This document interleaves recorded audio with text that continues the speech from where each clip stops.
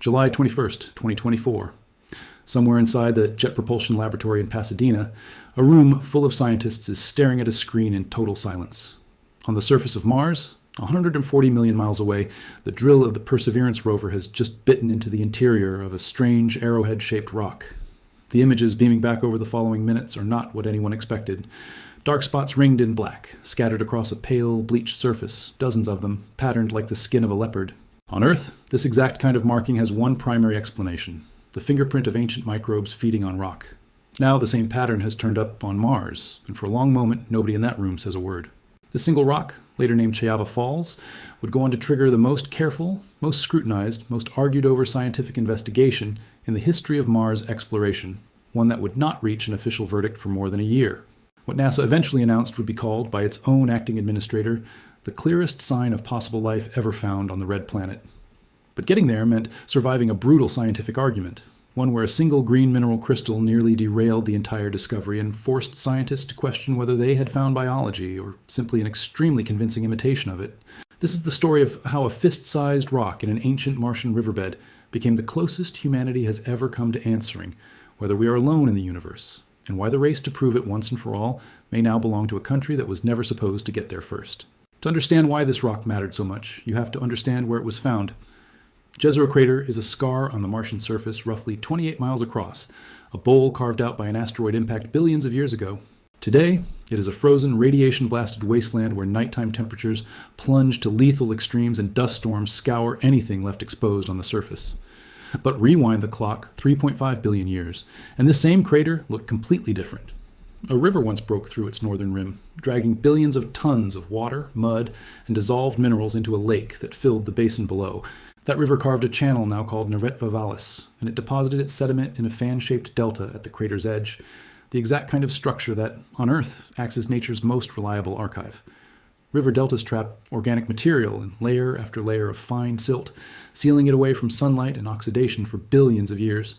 That is exactly why NASA chose Jezero as Perseverance's landing site in the first place, betting that if Martian life ever left a visible trace, a delta like this was where it would have survived. Perseverance itself is the most sophisticated astrobiology machine humanity has ever sent to another world. It touched down in Jezero Crater in February 2021, the first NASA rover built specifically to hunt for biosignatures and cache samples for an eventual return to Earth. Unlike its predecessors, it carries a small drill capable of coring intact rock samples and sealing them inside sterilized titanium tubes, essentially turning the rover into a robotic geologist collecting evidence for a trial that could not begin until the evidence physically arrived in an Earth laboratory. Every choice about where to send it, right down to the crater itself, was built around the hope of one day finding a rock exactly like Cheyava Falls. Getting there was not easy. For weeks, Perseverance fought its way across a field of punishing dunes toward a formation nicknamed Bright Angel, a stretch of pale, alien-looking outcrops that stood out sharply against the rust-colored desert surrounding them. Engineers back on Earth watched the rover's wheels spin against loose sand on steep slopes, fully aware that if it became stuck here, years of mission planning and whatever secrets were buried in this ancient lakebed would simply be out of reach forever, a multi-billion-dollar mission stranded within sight of its own target. Among the thousands of gray, wind-scoured rock fragments littering the site, one stood out immediately. It was arrowhead-shaped, a little over 3 feet long, threaded with thick white veins of calcium sulfate, the kind of mineral that only forms when water has repeatedly flowed through a crack in rock over a long stretch of time. The team named it Cheyava Falls, after a waterfall in the Grand Canyon.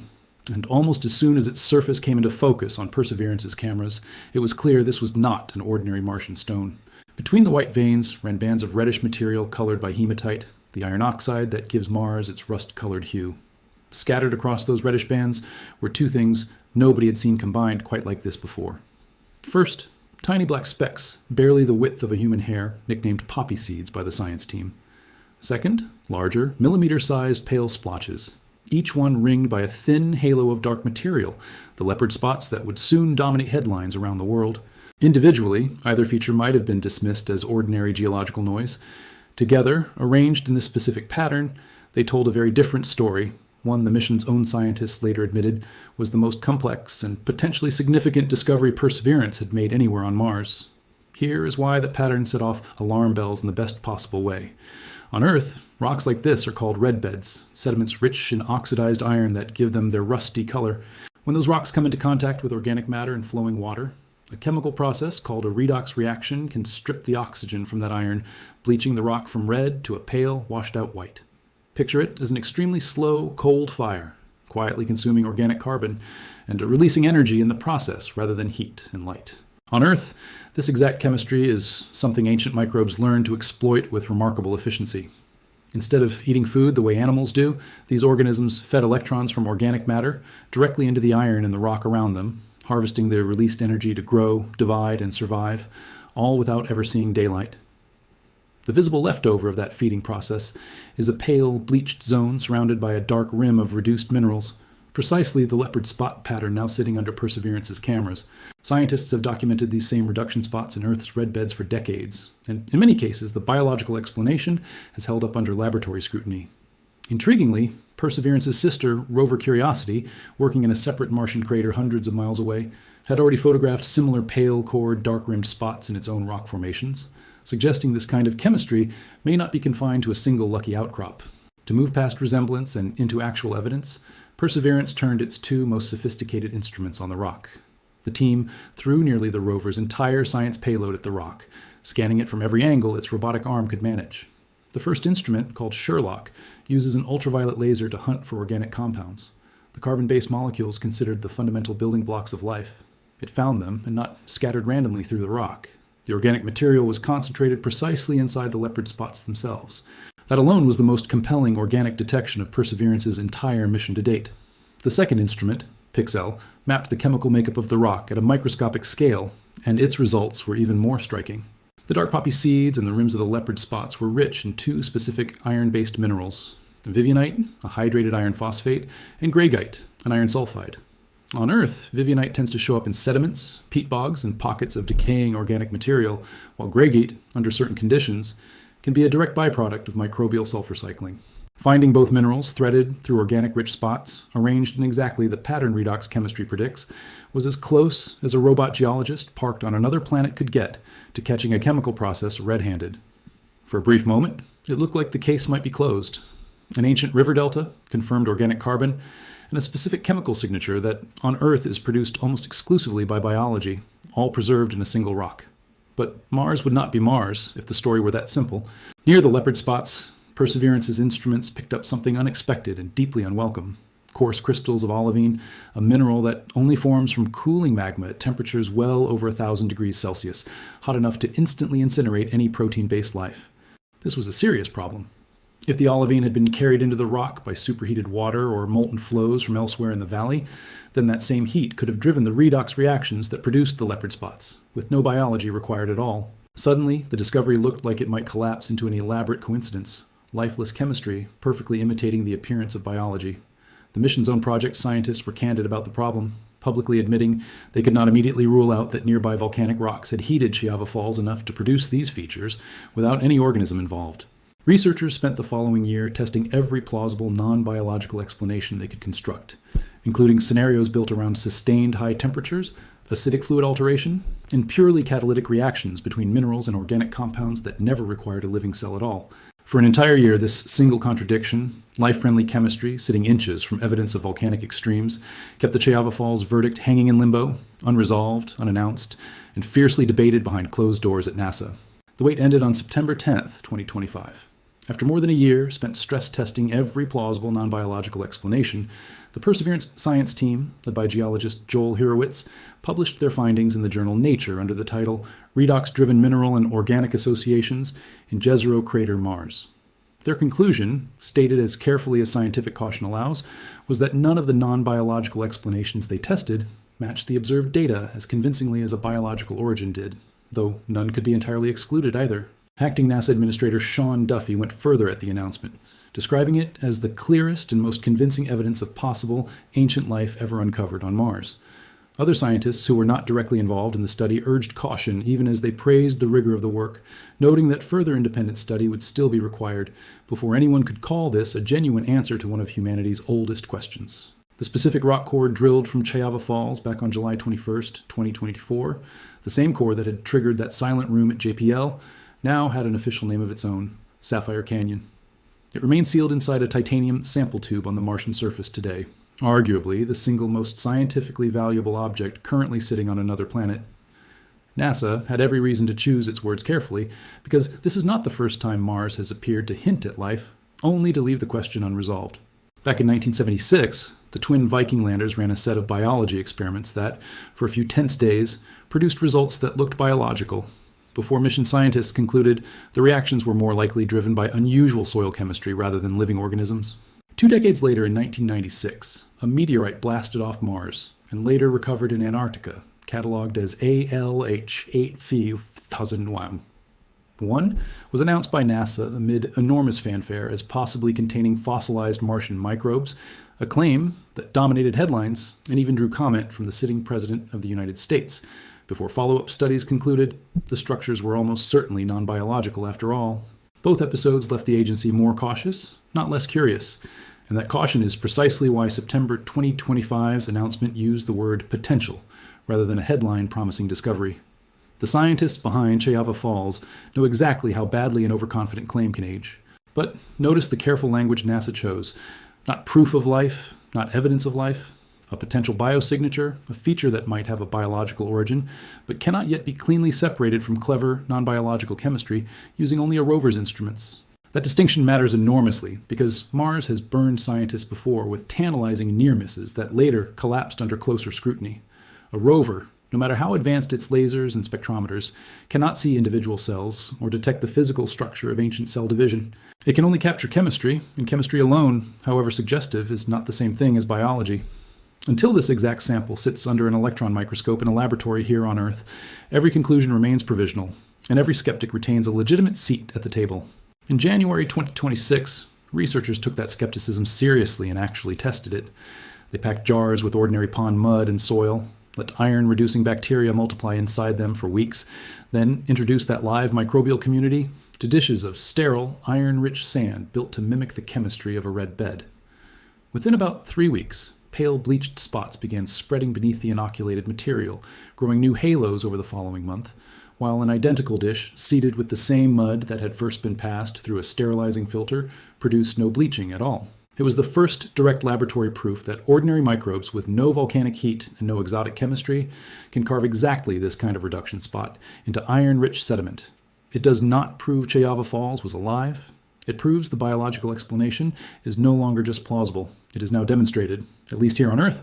If Sapphire Canyon does eventually confirm ancient life, the implications reach far beyond a single crater on a single planet.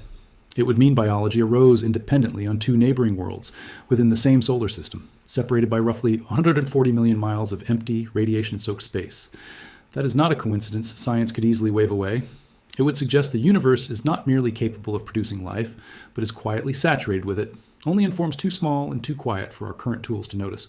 For decades, humanity has aimed powerful radio telescopes at the stars, listening for signals from advanced civilizations, and heard back nothing but an unbroken, uncomfortable silence. Perhaps that silence is not evidence of our solitude at all.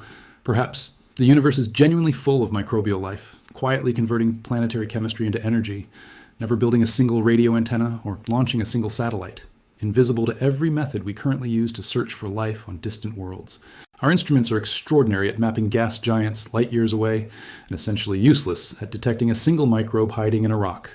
We may have spent decades listening for civilizations when we should have been looking for metabolism instead. There is a deeper twist buried in this discovery too. Roughly 3.5 to 4 billion years ago, Mars cooled and became geologically hospitable before Earth did. Under a theory called panspermia, life, or at least the raw chemical precursors of life, could have hitched a ride between the 2 neighboring planets on debris blasted loose by ancient asteroid impacts. If that theory holds any water at all, the organisms that may have left their chemical signature in Cheyava Falls are not aliens in the way we usually imagine that word. They could be our own distant biological relatives, or just as easily, we could be theirs. Studying this rock is not only a search for something foreign and unfamiliar, it may ultimately be a search for our own origin story, quietly written into stone on another planet. None of that can be settled from orbit, and none of it can be settled by a rover's onboard laser. It requires the actual physical rock, sitting inside an actual laboratory here on Earth. And this is where the story takes its most dramatic and unexpected turn, because the mission built to bring that rock home is now in serious trouble. For years, NASA and the European Space Agency worked jointly on a Mars sample return program designed to retrieve Perseverance's sealed tubes, using an unprecedented combination of a Mars lander, a rocket launched directly from the Martian surface, and an orbiter to catch the samples in space before flying them back to Earth. Perseverance has already collected and cached more than 30 titanium tubes for exactly this purpose, with only a handful of empty tubes still left on board. But the plan's projected cost ballooned toward $11 billion, with the return date sliding as far out as 2040, prompting NASA to scrap the original architecture entirely. Throughout 2025, the agency weighed two competing redesigns, one built on proven agency hardware and one relying on newer commercial partners, hoping to slash the total price down to a more manageable $5 to $7 billion and pull the return date back into the mid-2030s. Then, in January 2026, a federal spending package moving through Congress effectively stripped nearly all funding from the program going forward, quietly canceling in practice what NASA had spent over 2 decades planning.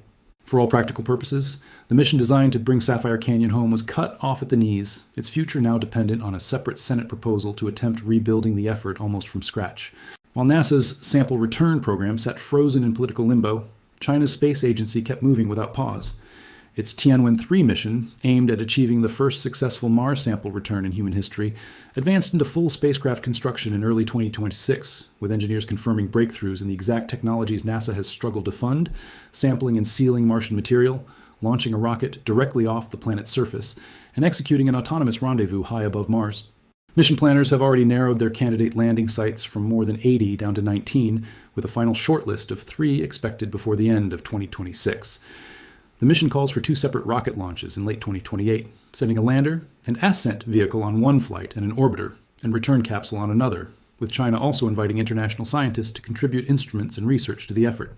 If everything proceeds on schedule, Chinese engineers intend to have at least half a kilogram of Martian material back on Earth by 2031, complete with a newly built high-security laboratory specifically designed to sterilize, unseal, and study it. That timeline would place China years ahead of any realistic NASA-led alternative. And it raises an uncomfortable question few in the American space community seem eager to answer out loud. After NASA spent over 2 decades and billions of dollars building the rover, choosing the crater, and finding the rock, will another country's spacecraft ultimately be the one that finally proves or disproves that Cheyava Falls once held life? To fully appreciate what is riding on that answer, it helps to step back and see Mars as it once truly was. Not the frozen desert we know today, but a genuinely different world. Evidence gathered across 2 decades of orbiters and rovers shows river valleys, lake basins, and hydrated minerals that only form in the presence of liquid water spread across the Martian surface. Some ancient channels, like Valles Marineris, stretch for thousands of kilometers and plunge to depths of 10 kilometers, dwarfing anything found on Earth.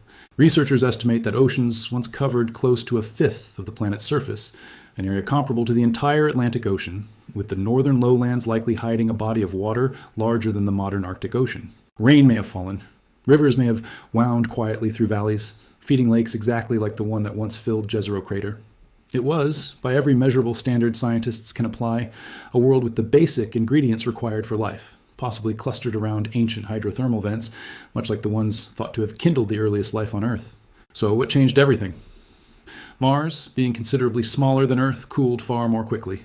Its molten iron core solidified roughly 4 billion years ago, shutting down the internal dynamo that once generated a protective planetary magnetic field.